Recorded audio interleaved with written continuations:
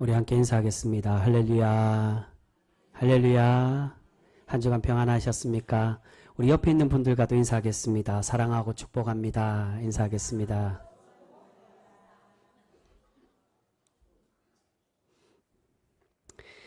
여러분, 하나님의 공동체의 귀한 의미는 혼자만 복을 받고 혼자만 행복한 것이 아니라 서로가 서로를 위해 복을 빌고 함께 위로하고 섬길 때 하나님이 기뻐 받으시는 복된 교회가 되어지는 줄 믿습니다. 여러분, 그렇기에 그러한 하나님의 뜻과 의미대로 우리가 서로를 위해 기도하고 섬기는 하나님의 복된 성도 우리 모두가 되실 수 있기를 주님의 이름으로 축복합니다. 여러분, 우리가 카메라 하면 주로 어떤 회사 상표를 많이 생각을 할까요? 아마 개인적으로 선호하는 브랜드가 다 다르기 때문에 조금씩은 차이가 있겠지만 그래도 유명세로 보면 대표적인 한 두세 가지를 보통 이야기를 합니다. 가장 많이 유명한 카메라가 뭘까요? 캐논을 선호하는 사람도 있을 거고요. 그리고 현재 가장 판매율이 높은 카메라를 소니 카메라라고 그렇게 조사가 됩니다. 그리고 그 다음으로 3순위가 니콘 정도로 우리가 얘기할 수 있습니다. 여러분, 그렇다면 지금은 잘 사용하진 않지만 필름 하면 가장 대표적인 상표가 어디일까요? 코닥. 예, 맞습니다. 당연코. 너무 잘 아시네요.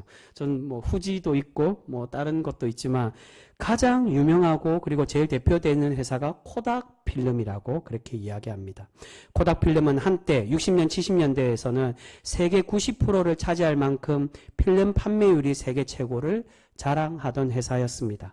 우리가 잘 모르는 사실이지만 필름의 최초 개발 회사가 코닥이었고요. 그리고 필름을 제일 먼저 만들었기 때문에 당연히 개인 소장용, 과거에 우리가 조선시대나 초기 60년도 이전에는 어디서 사진을 찍었습니까? 사진관에 가서 큰 사진관에서 사용하는 그 사진으로 우리가 찍었지만 개인 소장용이 생기던 시대에 최초 개발한 회사가 바로 코닥이었다고 그렇게 이야기합니다. 필름도 최초이고 개인용 소장 카메라도 최초로 발명한 회사가 코닥이었습니다. 당연히 코닥이 최초의 그러한 회사로 붐을 일으키고 또한 세계 판매율 1위로 그렇게 우뚝 서는 회사였습니다. 그런데 20세기 말까지만 해도 세계 시장을 그렇게 거머쥐던 코닥이 디지털 카메라로 전환되면서 코닥의 몰락이 시작이 되었습니다. 그렇다면 코닥은 디지털 카메라를 잘 모르고 늦게 출발했기 때문에 그렇게 몰락한 것이냐? 그렇지가 않았다는 겁니다. 아이러니하게도 디지털 카메라를 최초로 발명한 회사가 어디였을까요? 바로 코닥이었다는 겁니다. 1975년 코닥의 한 기술자인 스티븐 세스는 세계 최초로 디지털 카메라를 발명하고 이 성과를 경영진에게 보고했습니다. 그런데 이 발명품을 본 경영진들은 기뻐하고 놀라워하기보다는 시큰둥한 반응을 보였다는 겁니다. 왜 그랬을까요? 그 이유가 지금 디지털 카메라로 바뀌지 않아도 지금 충분히 현재 필름 판매율만 해도 세계 1위를 그렇게 자랑하고 있기 때문에 필름이 필요 없는 디지털 카메라는 회사 경영에도 도움이 되지 않고 지금 이 필름이 없는 이 기술도 필요 없는 기술이라고 그렇게 생각을 했던 것입니다. 그렇게 코닥은 자신들이 지금의 자리에 있게 한 소비자들의 편의와 바람보다는 자신들의 이익과 안주하는 마음 때문에 세계 시장의 변화에서 뒤처지게 되었습니다. 결국 그로 인해 2012년에 코닥은 파산하게 되고 코닥 필름과 코닥 카메라는 세계 무대에서 사라지게 되었습니다. 여러분, 우리가 하나님께서 우리에게 승승장구하게 하시고 성공하게 하신 그 이유가 무엇일까요? 그것은 우리가 가진 재능과 가진 부를 개인을 위해서 사용해라고 우리에게 높이 세우시고 주신 것이 아니라 공익을 위해서 우리가 사용하고 또한 더 겸손히 나를 이 자리에 있게 한 그들을 위해 또한 더 나아가서는 신앙적인 의미에서는 그 하나님께 영광 돌리며 하나님을 바라보며 우리의 재능과 우리의 모든 것을 사용하고 감사하는 마음으로 살아가도록 하시기 위해서 우리에게 이 은혜를 내려주셨다는 것입니다. 그런데 우리가 그렇지 않고 자신의 성공에 도취되어 안주하고 개인의 안위만을 생각하다 보면 결국 이 코닥 회사처럼 파멸의 길로 가게 될 수밖에 없다는 것입니다. 그런데 여러분, 오늘 다윗은 이러한 교만한 신앙의 모습이 아니라 여전히 하나님께 겸손히 낮아지고 하나님만을 높이는 신앙으로 살아가고 있는 것을 볼 수 있습니다. 하나님께서 계속해서 다윗을 승승장구하게 하시고 그를 기뻐 받으셨던 이유가 바로 오늘 그 모습에 대한 이야기를 오늘 다시 한 번 더 자세히 우리에게 소개를 해주고 있습니다. 오늘 말씀은 이제 드디어 다윗이 유다와 이스라엘 전체를 통일한 통일왕국의 왕이 되고 있음을 우리에게 말씀해 주고 있습니다. 우리 그 말씀 한번 보겠습니다. 2절과 3절 말씀입니다. 2절 3절 우리 같이 읽겠습니다. 시작. 전에 곧 사울이 우리의 왕이 되었을 때에도 이스라엘을 거느려 출입하게 하신 분은 왕이시었고 여호와께서도 왕에게 말씀하시기를 내 백성 이스라엘의 목자가 되며 내가 이스라엘의 주권자가 되리라 하셨나이다 하니라. 이에 이스라엘 모든 장로가 헤브론에 이르러 왕에게 나아오매 다윗 왕이 헤브론에서 여호와 앞에 그들과 언약을 맺음에 그들이 다윗에게 기름을 부어 이스라엘 왕으로 삼으니라. 아멘. 여러분, 다윗은 계속 북이스라엘을 힘으로 통일하기보다 하나님의 방법과 은혜로 연합하기를 원했습니다. 그러한 다윗의 순전한 마음대로 유다와 이스라엘은 자연스럽게 하나가 되고 다윗을 왕으로 세우게 되었습니다. 3절에 다윗은 세 번째 기름 부음 받는 장면이 나옵니다. 이것은 2장에서 다윗이 유다 왕이 되었을 때도 백성들에게 인정받는 왕이 되었음을 알리는 행정적인 기름 부음과 같은 의미라고 할 수가 있습니다. 이미 사무엘상에서 다윗은 하나님께 기름 부음 받은 자로 사무엘 선지자에게 기름 부음을 받았습니다. 그것은 신앙적인 의미, 이 사람이 하나님이 인정한 그러한 새로운 왕이라고, 다음 왕이 될 것이라는 하나님의 계시적인 말씀입니다.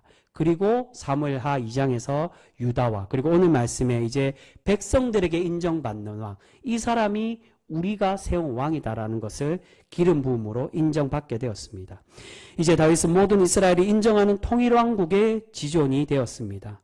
이렇게 왕이 된 다윗은 가장 먼저 한 것이 무엇입니까? 이 통일왕국을 잘 다스리기 위해서 수도를 예루살렘으로 정하고 이곳을 정복하기 위해 올라가고 있습니다. 당시까지만 해도 예루살렘은 여부수족, 여부수 사람들이 다스리던 그러한 성읍이었습니다. 다윗이 이곳을 수도로 정한 이유는 유다와 이스라엘을 연결하는 중심지였고 또한 군사와 정치적으로 요충지였기 때문에 이 예루살렘을 수도로 정하게 되었다. 그러니까 중앙에 있기 때문에 남유다도 다스릴 수도 있고 남쪽에만 자신이 유리한 게 아니라 남쪽과 북쪽을 골고루 잘 다스릴 수 있는 도시가 바로 예루살렘이었기 때문에 이곳으로 수도를 정하게 된 것입니다. 그런데 다윗이 예루살렘을 정복하기 위해 여부수 사람들과 전쟁을 할 때 이들이 어떻게 이야기합니까? 이들은 다윗을 조롱하는 말로 다윗의 사기를 꺾으려고 그렇게 하고 있습니다. 우리 그 말씀 보겠습니다. 6절과 7절 말씀입니다. 6절 7절 같이 읽습니다. 시작. 왕과 그의 부하들이 예루살렘으로 가서 그 땅 주민 여부수 사람을 치려하매 그 사람들이 다윗에게 이르되 내가 결코 이리로 들어오지 못하리라. 맹인과 다리 저는 자라도 너를 물리치리라 하니 그들 생각에는 다윗이 이리로 들어오지 못하리라 함이라. 다윗이 시온 산성을 빼앗았으니 이는 다윗 성이더라. 아멘.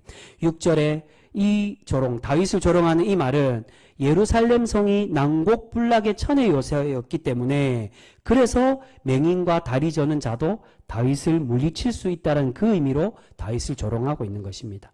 그만큼 예루살렘은 정복하기 어려운 성이었습니다. 지금도 이스라엘 예루살렘에 가면 예루살렘 성이 고지대에 있습니다. 뒤에는 시온성, 원래는 이 시온성이라고 부른 이유가 뒤에 시온산이라는 산을 끼고 앞에는 절벽으로 이루어진 성이기 때문에 예루살렘을 시온성, 시온산, 그렇게 산성이라고 부르게 되는 것입니다. 그만큼 정복하기 힘든 도시. 그래서 이곳으로 다윗이 수도를 정하게 된 것입니다. 그렇기에 지금 여부수 족속이 다윗을 보고 너는 우리가 강한 군사들이 나올 필요도 없이 장애를 가진 맹인과 다리 저는 자가 나와도 너와 싸워도 이길 수 있고 너를 막을 수 있다라고 그렇게 이야기하고 있는 것입니다. 그런데 다윗은 이런 천의 요새인 예루살렘을 너무나도 손쉽게 정복하고 있습니다. 그것은 다윗의 강력한 군사력과 다윗의 뛰어난 지략이 있었기 때문입니다. 그 말씀 8절 말씀입니다. 8절 말씀 우리 같이 읽겠습니다. 시작. 그날에 다윗이 이르기를 누구든지 여부스 사람을 치거든 물 깃는 대로 올라가서 다윗의 마음에 미워하는 다리 저는 사람과 맹인을 치라 하였으므로 속담이 되어 이르기를 맹인과 다리 저는 사람은 집에 들어오지 못하리라 하더라. 아멘. 다윗은 비록 예루살렘 성이 일반적인 공격으로는 정복하기 어려운 성이지만 어디로 지금 이 정복하기 위해 들어가고 있습니까? 수로를 통해서. 예루살렘 성의 최고의 약점이 이 수로라고 그렇게 이야기를 합니다. 수로를 숨어 들어가서 이 다윗 성에 올라 들어가 쉽게 이 예루살렘 성을 정복하고 있습니다. 그리고 자신을 조롱한 이들을 그대로 심판하며 이들을 조롱하고 있다는 것입니다. 그래서 오늘 이 8절 말씀에 수로로 올라가서 어떻게 하고 있다고요? 미워하는 맹인들과 다리 저는 사람들을 죽이라고 그렇게 말씀하고 있습니다. 근데 여기서 말하는 자신이 미워하는 맹인과 다리 저는 사람들을 죽이라는 말은 정말로 실제 장애를 가진 그런 맹인과 다리 저는 사람들 내가 미워하기 때문에 그들을 죽이라는 그 의미가 아니라 무슨 의미입니까? 자신들이 그러한 연약한 힘을 가졌어도 다윗을 제압하고 죽일 수 있다라고 자랑하고 교만했던 이 여부스 사람들을 역으로 조롱하는 말이 바로 다윗의 이 고백이라는 겁니다. 저 교만하고 자신들의 연약한 힘으로도 충분히 다윗을 제압할 수 있다라고 교만하고 그렇게 자부했던 저 맹인과 저 다리 저는 자와 같은 저 여부스 사람들을 죽여서 처단해라고 다윗은 이야기하고 있는 것입니다. 여러분, 여부스 사람들은 자신들이 천의 요새에 있기 때문에 적들을 쉽게 물리칠 수 있다라고 안일하게 생각을 했습니다. 다른 전쟁 준비와 노력 없이도 다윗은 손쉬운 상대라고 생각했다는 것입니다. 하지만 이런 교만함과 안일함은 결국 패망의 길로 가게 되고 말았습니다. 다윗은 이렇게 영적으로 눈이 멀고, 그러니까 이들을 다윗이 다시금 역으로 조롱하는 것이 그들의 중심이 장애를 가졌다는 겁니다. 그들이 정말로 군사력으로 잘 준비하고 적을 싸우기 위해서 정말 태만하지 않고 잘 준비한 것이 아니라 그들의 심중에, 그들의 마음에 신앙으로 보면 영적으로 눈이 멀고 그들이 담대히 나아가지 못하는 이 여부수 사람들을 역으로 조롱하며 이들을 심판하고 있었다는 것입니다. 여러분, 오늘 말씀에서 이런 교만한 여부수 사람들과 다윗의 가장 큰 차이가 무엇이라고 우리에게 소개합니까? 바로 다윗은 하나님께서 함께 하심으로 강성하게 세우는 그런 사람이라고 우리에게 말씀하고 있습니다. 우리 그 말씀 10절 말씀 우리 같이 읽겠습니다. 이 말씀에 바로 이어서 10절이 나옵니다. 10절 말씀 같이 읽습니다. 시작. 만군의 하나님 여호와께서 함께 계시니 다윗이 점점 강성하여 가니라. 아멘. 여러분, 다윗은 뛰어난 군인이었고 용맹한 사람이었습니다. 그래서 이전에 어떠한 업적을 남겼습니까? 다윗을 그가 소년 다윗 때만 그런 것이 아니라 키가 작고 왜소한 그런 외모를 가진 신체적인 한계를 가진 사람이 다윗이었다라고 말합니다. 그런데 그런 한계에도 불구하고 다윗이 어떤 업적을 남겼습니까? 모든 이스라엘 백성들이 두려워하고 싸우기 꺼려했던 그 골리앗과 싸워서 이길 만큼 위대한 군인이었다는 것입니다. 그런데 다윗이 진정으로 모든 백성에게 존경받고 인정받는 왕이 될 수 있었던 것은 단순히 그의 용맹함 때문이 아니라 10절에 어떤 모습 때문에 그가 칭찬받는 왕이 된다라고 말합니까? 바로 하나님께서 다윗과 함께 하시고 하나님께서 다윗을 지켜주시는 그런 신실한 신앙인으로 다윗이 살아갔기 때문에 그가 존경받는 왕, 그가 하나님께 칭찬받는 그런 신앙인이 될 수 있었다라고 우리에게 말씀합니다. 여러분, 오늘 다윗의 모습과 다르게 이 교만한 여부스와 다윗을 비교하고 있습니다. 근데 여러분, 과거 이 여부스의 교만한 모습과 닮아 있는 사람이 있었습니다. 여러분, 누굽니까? 다윗과 반대되는 사람, 바로 사울 왕이 이 여부스 사람과 닮아 있었다는 겁니다. 사울 왕은 분명 처음에는 하나님께서 세워주신 왕이었습니다. 그런데 그가 왕이 되고 난 후에 그가 어떻게 변했습니까? 바로 오늘 다윗이 조롱하는 것처럼 눈이 어두워지고 영적인 눈이 어두워지고 그는 하나님께 나아가지 못하는 사람이 되었다는 겁니다. 겉으로는 멀쩡했지만, 겉으로는 장애를 가진 사람이 아니지만 그의 신앙과 영적인 중심은 맹인과 다리 저는 사람과 같이 장애를 가진 그러한 신앙인으로 변질되었습니다. 결국 그러한 불의한 신앙으로 인해 사울은 하나님께 책망받고 하나님께 버림받는 사람이 되고 말았다는 것입니다. 그런데 여러분, 다윗은 어떻습니까? 이 사울과 달랐다는 것입니다. 다윗은 항상 하나님과 함께하는 사람으로 살아가고 있었습니다. 근데 여러분, 오늘 말씀의 가장 중요한 말씀은 하나님, 우리가 자칫 잘못하면 하나님께서 함께해 주셨기 때문에, 하나님께서 친히 강권적으로 은혜 주셨기 때문에 다윗이 이런 위대한 사람이 될 수 있었다, 그렇게 생각하기 쉽습니다. 그런데 이어서 나오는 말씀에 다윗의 본 모습이 나옵니다. 여러분, 사울이 변질된 이유가 무엇입니까? 그것은 앞에서 말씀드린 것처럼 신앙의 눈먼 자, 하나님께 나아가지 못하는, 영적으로 다리 저는 자가 되었기 때문에, 바로 최고의 자리에 올라가고 나니 안주하고 교만했기 때문에 그렇게 하나님께 책망받는 사람이 되고 말았다는 것입니다. 이제 자신을 능가한 사람이 없다고 생각하니 그의 눈에는 하나님이 보이지 않고 신앙으로 가져야 될 겸손이 사라지게 되었습니다. 하지만 다윗은 이어서 나오는 고백에 그러한 사울과는 다른 사람이 되었습니다. 10절까지만 보면 사울과 똑같은 상황입니다. 하나님이 사울을 세워주셨고 그와 함께 해주셨고 그를 왕으로 칭찬하시며 세워주셨습니다. 그런데 왕이 된 이후에 그의 이후의 삶이 어떻습니까? 다윗은 다른 고백을 하고 있다는 것입니다. 다윗은 하나님께서 자신과 함께하고 자신을 강성하게 해주시는 은혜를 받았음에도 이것을 사울과 같이 당연하게 여기지 않고 자신을 이 자리에 세우신 이유를 정확히 알고 그 신앙 고백을 하나님께 드리고 있습니다. 우리 그 말씀 보겠습니다. 12절 말씀입니다. 이 12절 말씀이 오늘 말씀의 가장 중요한 말씀입니다. 우리 12절 말씀 한 목소리로 같이 읽겠습니다. 시작.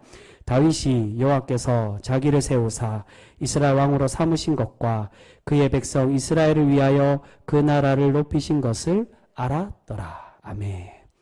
10절은 하나님이 함께 해주심에 대한 이야기고 12절은 다윗의 고백, 다윗이 알았다는 겁니다. 무엇을 알았다는 겁니까? 이 말씀은 하나님께서 자신을 왕으로 세우신 것은 오로지 다윗 자신을 위해서가 아니라 누구를 위해서요? 하나님의 백성 이스라엘을 위해서 자신을 이 이스라엘의 최고의 자리, 지존의 자리, 왕으로 세워주셨다는 걸 다윗이 깨닫고 그것을 알았다는 것입니다.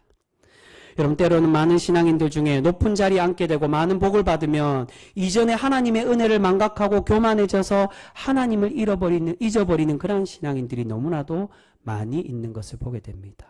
앞에 말씀드린 사울 왕과 또한 코닥 회사를 운영했던 그 경영진들과 같이 그렇게 높은 자리에 있으면 과거에 자신을 이렇게 높여주고 세워주었던, 많은 도움을 줬던 그 도움과 은혜들을 잊어버리고 교만에 빠지는 그 모습과 같다는 것입니다. 그 은혜를 받기 전에는 간절한 마음으로 하나님께서 주시기만 하면 내가 하나님께 영광 돌리는 사람이 되고 겸손히 헌신하고 섬기는 사람이 되겠다고 기도하고 다짐하지만 정작 그 자리에 앉게 되면 어떻게 됩니까? 그 바라던 모든 물질과 복을 받으면은 하나님을 망각하고 하나님을 잊어버린다는 것입니다. 여러분, 이러한 모습은 많은 목회자들과 또한 중직자들, 또한 세상적으로 성공했던 신앙인들에게 많이 나타나는 모습들입니다.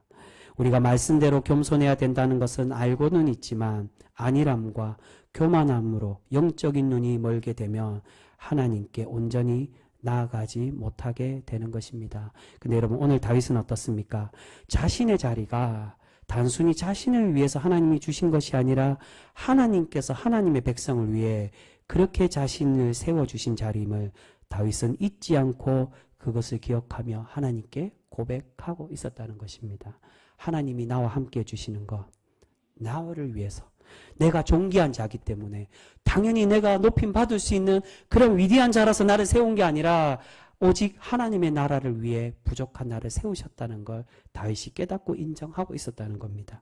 여러분, 이러한 다윗의 겸손의 신앙의 모습은 이어서 나오는 블레셋과의 전투에서도 마찬가지로 잘 나타내 보여주고 있습니다. 우리 17절 말씀 같이 읽겠습니다. 17절 말씀 같이 읽습니다. 시작.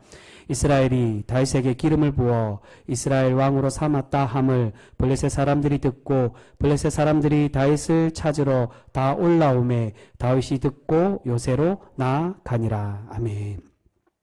다윗이 이스라엘의 왕이 되고 예루살렘을 점령했다는 소식을 블레셋이 듣고 다윗을 처단하기 위해 그렇게 올라오고 있었습니다. 왜 다윗을 처단하러 왔느냐? 과거에 다윗은 어떠한 모습에 있었습니까? 자신의 수하, 블레셋의 수하에 있었던 사람이 바로 다윗이었습니다. 자신의 밑에 있는 보잘것없는 그런 사람에 불과했는데 이제는 자신들에게 위협이 되는 그러한 존재가 되었기에 이제 다윗을 제압하려고 그렇게 다윗을 잡으려고 올라오게 된 것입니다. 그런데 지금 지존의 자리, 이스라엘에서는 누구도 간섭할 수 없는 이 다윗이 지금 이 전쟁을 하기 위해 누구를 의지하고 있습니까? 겸손히 하나님께 매달리며 하나님을 부여잡고 있었다는 것입니다. 우리 19절 말씀 같이 읽습니다. 19절 말씀 같이 읽습니다. 시작. 다윗이 여호와께 여쭈어 이르되 내가 블레셋 사람에게 올라가리이까 여호와께서 그들을 내 손에 넘기시겠나이까 하니 여호와께서 다윗에게 말씀하시되 올라가라 내가 반드시 블레셋 사람을 내 손에 넘기리라 하신지라. 아멘. 여러분, 다윗은 뛰어난 지략가입니다. 앞에서 보여주었던 우리 그 다윗의 뛰어난 모습처럼 난공불락의 예루살렘 성을 정복하고 또한 힘 하나 들이지 않고 예루살렘을 통일할 만큼 최고의 권력자였다는 것입니다. 그런 위치에 있는 다윗이 이제 자신을 죽이러 온 블레셋 정도는 자신의 능력으로 충분히 싸워서 이길 수 있다라고 그렇게 생각할 수도 있었는데, 그런데 다윗은 어떻게 하고 있다는 것입니까? 그러한 교만한 모습이 아닌 여전히 하나님을 의지하고 하나님께 매달리고 있었다는 겁니다. 여러분, 전쟁하기 전에 하나님께 묻는 것은 제사장을 통해 우림과 둠밈으로 하나님의 뜻을 구하는 것을 의미합니다. 전쟁의 뜻을 묻는 것은 바로 전쟁은 누구에게 속한 것을 인정하는 것입니까? 하나님께 속한 것. 그래서 이방 사람들은 하나님을 여호와, 이스라엘이 믿고 있는 여호와 하나님을 전쟁의 신이라고 그렇게 부르며 그렇게 이스라엘을 폄하했습니다. 전쟁은 자신들이 하는 게 아니라 하나님께 속한 것이며 하나님이 우리와 함께 하실 때 우리를 이길 수 있다라고 그렇게 인정하는 것이고, 또한 이 전쟁이 단순히 사람의 싸움이 아니라 하나님의 거룩한 전쟁임을 고백하는 행동이 바로 하나님께 묻고 하나님과 함께 하기를 바라며 나아가는 것입니다. 다윗은 적들과 전쟁함에 있어서 자신의 능력과 힘으로 전쟁하는 것이 아니라 자신의 삶과 자신의 모든 권력이 오직 주인 되신 하나님이심을 인정하고 하나님을 의지하며 하나님께 머리 숙이고 있었다는 것입니다. 이러한 다윗에게 하나님은 그에게 승리하도록 은혜를 베풀어 주고 계십니다. 그런데 이러한 다윗의 신앙의 열심은 두 번째 전투에서 더 큰 힘을 발휘하는 것을 볼 수 있습니다. 우리 그 말씀 보겠습니다. 두 번째 전투에 관한 말씀입니다. 22절과 23절 말씀. 22절과 23절 우리 같이 읽겠습니다. 시작. 블레셋 사람들이 다시 올라와서 르바임 골짜기에 가득한지라 다윗이 여호와께 여쭈니 이르시되 올라가지 말고 그들 뒤로 돌아서 뽕나무 숲을 맞은편에서 그들을 기습하되. 아멘. 여러분, 지금 블레셋은 처음 전투에서 패하고 다시 군사들을 모아서 같은 장소에서 전쟁을 하고 있습니다.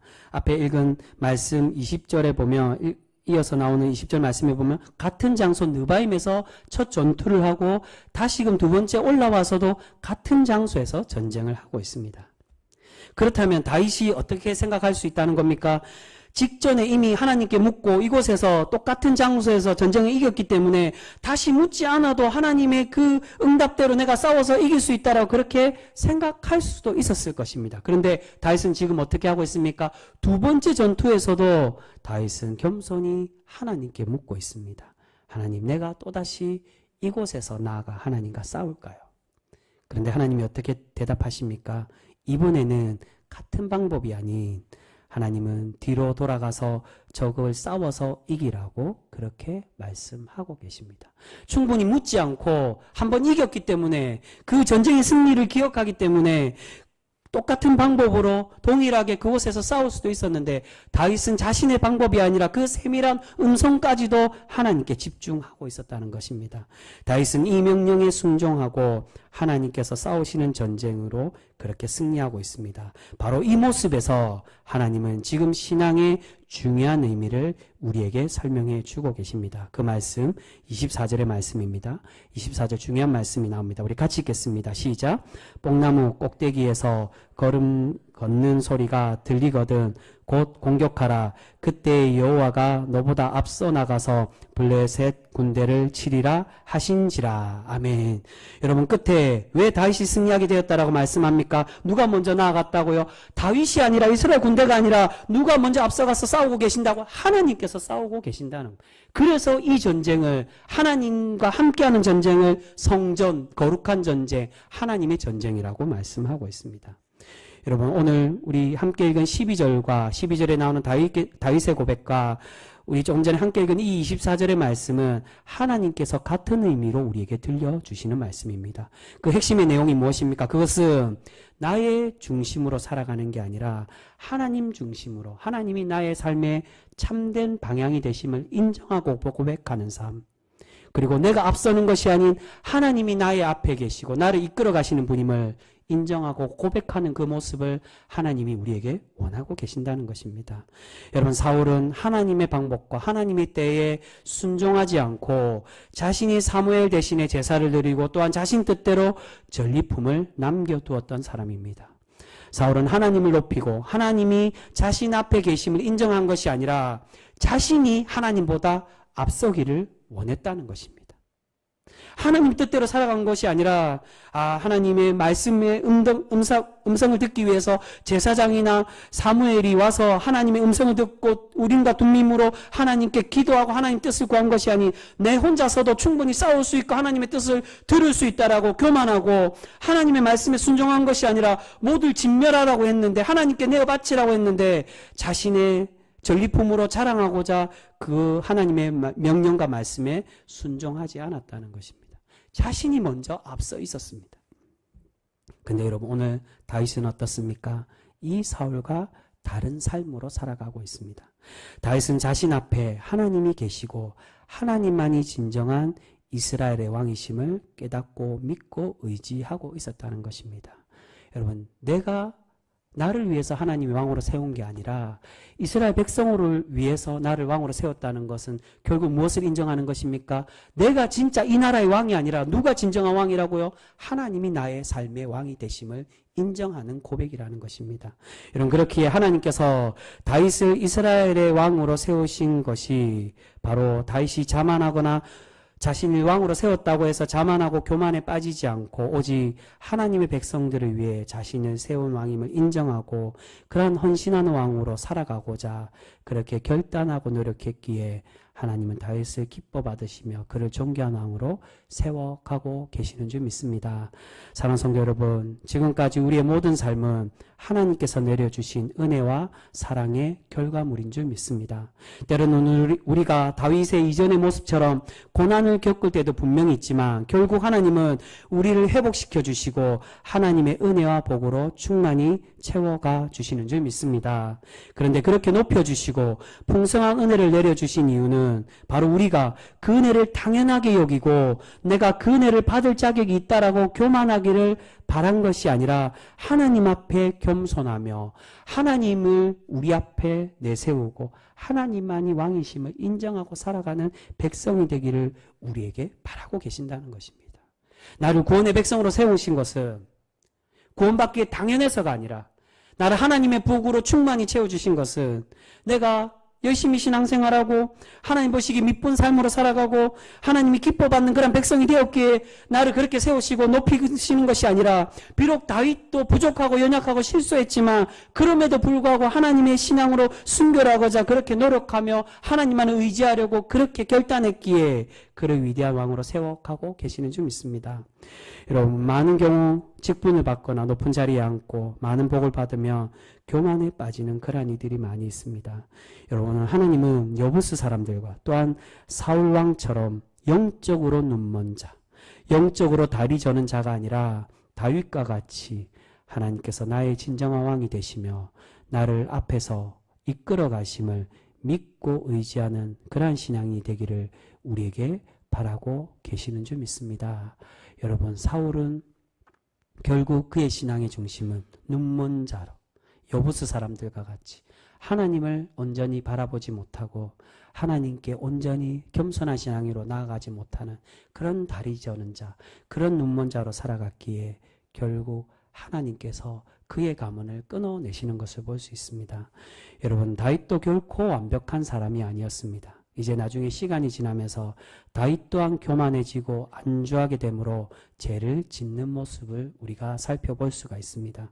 여러분, 성경에 나오는 위대한 신앙인들 중에 평생을 완벽하게 신앙생활하며 살아갔던 사람이 있었을까요? 결코 아무도 없었습니다. 때로는 칭찬도 많이 받았지만 또한 그들의 삶에 실패하고 실수해서 하나님께 책망받을 때도 분명히 많이 있었습니다.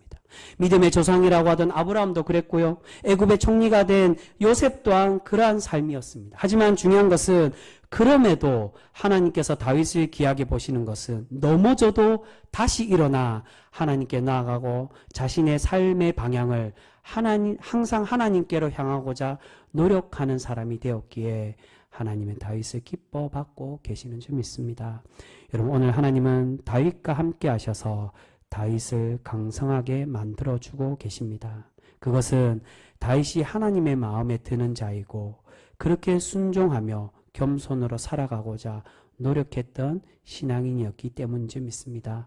여러분, 오늘 우리가 이 말씀을 통해서 우리도 영적으로 장애를 가진 사람, 영적으로 눈멀고 영적으로 저는 자가 아니라 앞서가신 오직 그 주님만을 바라보고 주님만이 나의 삶의 진정한 주인 참된 왕이심을 깨닫고 고백하며 살아가는 우리 귀한 성도 모두가 되실 수 있기를 소망합니다. 여러분, 우리가 그런 겸손으로 온전히 하나님을 쫓아 살아갈 때 하나님께서 우리를 기뻐 받으시고 날마다 우리를 복되게 하여 주실 줄 믿습니다. 그러한 칭찬받는 복으로 날마다 체험받는 우리 귀한 병성교회 모든 성도 되실 수 있기를 주님의 이름으로 축복합니다. 기도하겠습니다. 사랑해 주님 감사합니다. 오늘 하나님께서는 여전히 다윗을 위대한 왕, 강성케 하고 이스라엘의 존귀한 왕으로, 그리고 이제는 통일왕국으로 그렇게 하나님께서 이 나라를 맡기셔서 모든 이들에게 칭찬받는 왕으로 그렇게 세워가고 계시는 줄 믿습니다. 그런데 그가 그러한 존귀한 왕으로 세워질 수 있었던 것은 용맹하고 나라를 싸워서 그렇게 전쟁에서 승리하는 그러한 업적이 많은 그러한 사람이어서가 아니라 그의 중심이 내가 당연하게 내가 높은 자여서 나에게 이 나라를 맡겨서가 아니라 하나님이 이 나라를 위해 부족한 나를 세우셨구나. 나는 여전히 연약하지만 나보다 먼저 앞서가시고 나를 위해 일하고 계시는 그 하나님께서 이 이스라엘을 위해, 하나님의 백성들을 위해, 또한 나를 겸손한 일꾼으로 세우기 위해 그렇게 나를 이 높은 자리로 세우셨구나라는 그 겸손한 마음으로 하나님께 나아가며 하나님을 믿고 의지했기에 하나님이 다윗을 위대한 왕으로 세워가고 계시는 줄 믿습니다. 사랑해 주님, 우리 또한 이 다윗의 신앙의 모습을 본받아 우리가 겸손히 나의 삶의 참된 주인이 나의 앞에서 나의 눈앞에 있는 것이 세상의 권력과 세상의 물질이 아니라 이 물질만 있으면 난 잘 먹고 잘 살 수 있다라고, 비록 겉으로는 신앙을 가졌지만 여전히 세상 이들과 똑같이 물질이 우선순위가 되고 나의 가치, 나의 자존심, 사울이 자신의 높임받는 자신의 자랑이 1순위가 되었던 그런 모습과 같은 모습이 아니라 다윗과 같이 오직 하나님만이 나의 삶의 1순위가 되어 겸손히 하나님만을 고백하며 영광 돌리며 살아가는 우리 복된 성도 모두가 되어지게 하여 주시옵소서. 우리가 그런 백성으로 온전히 살아갈 때 하나님이 다윗을 기뻐 받으시고 그를 칭찬하시며 하나님의 위대한 왕으로 세워가셨던 것처럼 우리 또한 그러한 복과 은혜로 날마다 채우시고 갚아 주실 줄 믿습니다. 그러한 복된 하나님의 복을 받기에 부족함이 없는 우리 귀한 성도 모두가 되어지게 하여 주시옵소서. 그러한 은혜 날마다 채우시고 우리에게 갚아 주실 줄 믿사오며 우리를 사랑하여 주시는 예수 그리스도의 이름으로 감사하며 기도드립니다. 아멘. 우리 찬송가 50장 1절과 3절 드림으로 준비한 예물 하나님께 드리겠습니다.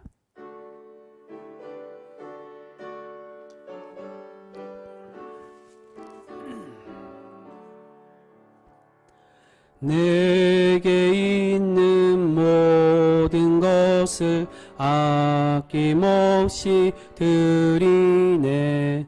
사랑하고 의지하며 주만 따라 살리라. 주께 드리네 주께 드리네 사랑하는 구주 앞에 모두들이 내게 있는 모든 것을 내게 있는 모든 것을 주를 위해 드리네. 주의 성령 충만하게 내게 내려 주소서. 주께 드리네 주께 드리네.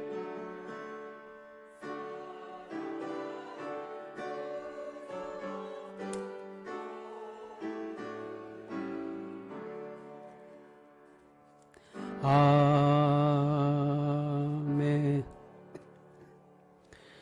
드린 예물 위해 하나님께 기도드리겠습니다. 사랑과 은혜가 충만하신 하나님 아버지, 우리를 사랑하여 주시고 자녀 삼아 주심에 감사를 드립니다. 우리가 하나님의 백성임을 잊지 않게 하시고 하나님을 기쁘시게 하는 복된 성도 모두가 되게 하여 주시옵소서.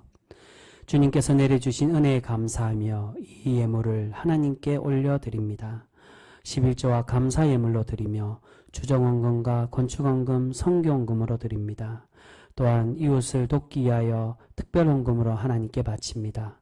또한 몸과 마음을 다하여 찬양을 드리고 섬김과 봉사로 드리오니 이 모든 것을 기쁘게 받아주시고 하나님의 나라와 영광을 위해 사용되게 하여 주옵소서.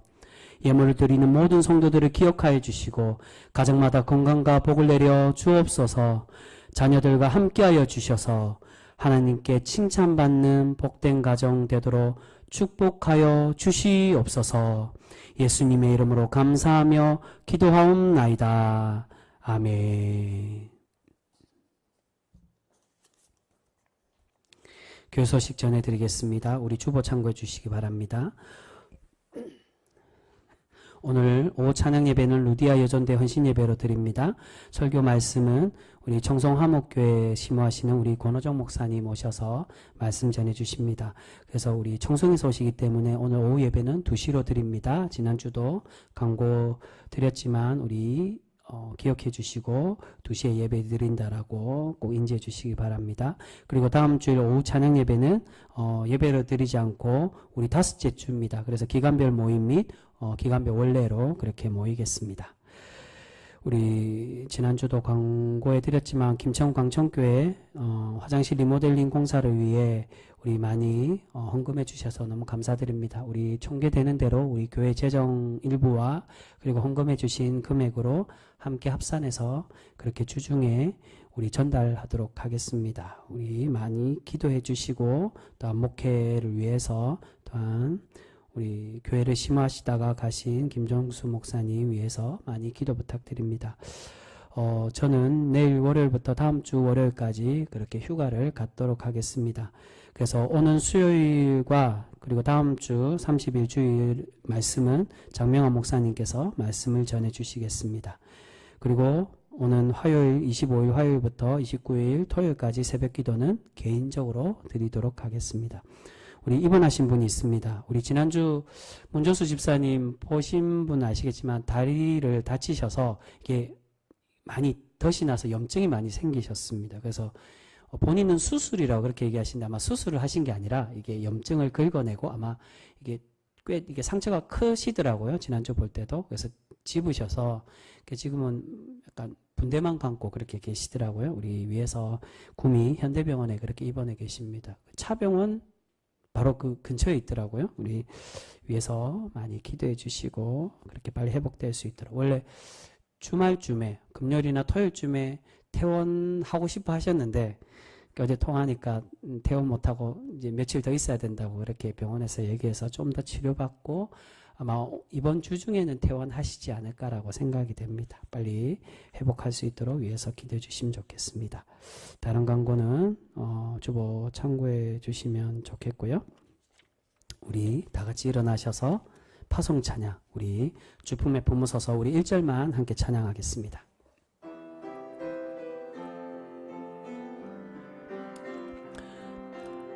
우리를 품어주신 하나님의 그 은혜를 생각하며 우리 두 손 들고 함께 고백합니다. 주 품에 품으소서.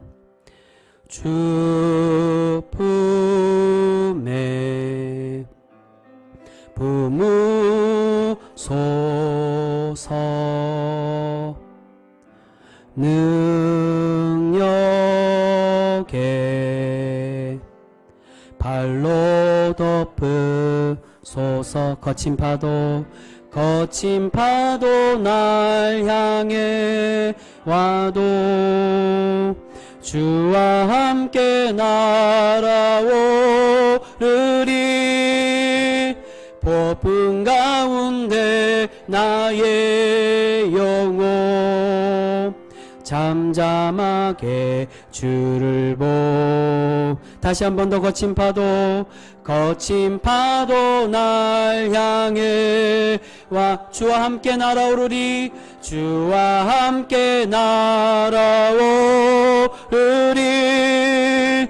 폭풍 가운데 나의 영혼 잠잠하게 주를 보리라. 기도하겠습니다.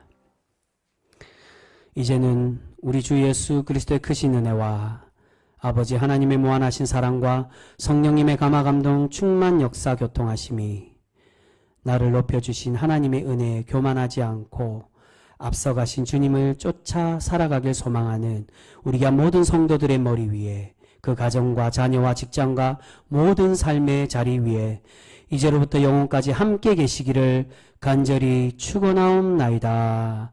아멘.